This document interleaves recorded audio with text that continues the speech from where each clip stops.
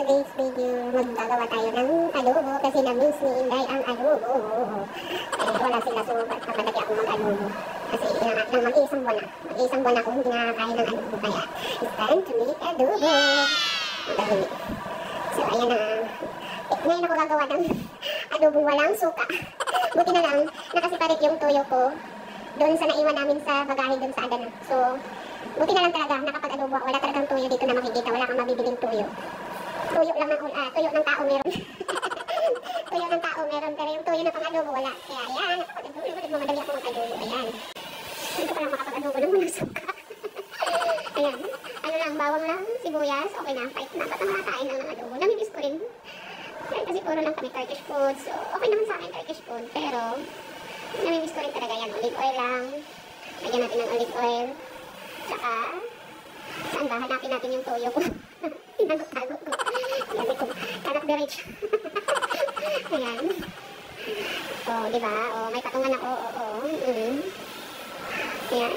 Malapit na siyang maubos. Ayan o. Makatakot din kasi yung mga anak ko ng resources eh. Kaya, unti na lang. Parang awan nyo na sinong pwedeng pupunta ng Turkish dito. Magpapadala ako ng toyo. Magpapackage ako. May, magyahian mo ako may ng toyo. Ayan. Taste light. Lapit na maubos. Diba talaga tayo natin paminta? Lasa-lasak no? Ay, walang alamsa. Pero, tuyo o cornflakes na. Asin konti. O, diba? Basta lasang adobo na. Pwede na. Pwede na. Basta makauldag adobo. O, diba? Ayan. Nya. Uy, wala naman tayo kanon. Kaya ako dala isang business lang. Gamatay akong lungagan kay ako naman sa inyo kami mga akong mga anak ko dugga rice. Ay, rice is life food daw ko, no? Gamay na kaya akong lungagan. Okay. Isang business lang kumandong access sa adlaw. Okay. Try na mo daily pero mag-rice once a day lang. Yung mga anak kaya pagmabuyog ng mga rice. Ay, mga usahay ay kaduha akong magdungag. Dito yung ganyan akong gamatay akong lungaganan. Kaya ron, basig ba tinamod tulog ako kong gripo. Kana, init ng isang niya, isa bugnaw niya, kana, pero kaya na siya.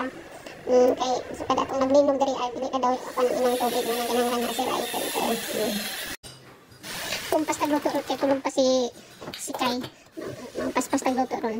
Kaya mamata na pagto, di ako, niya, maabot na pagtong si Yasmin to, kasi nagawas, maabot na pag kinahanan pag abot nila, humana kong luto, kaya ron kaon na lang po.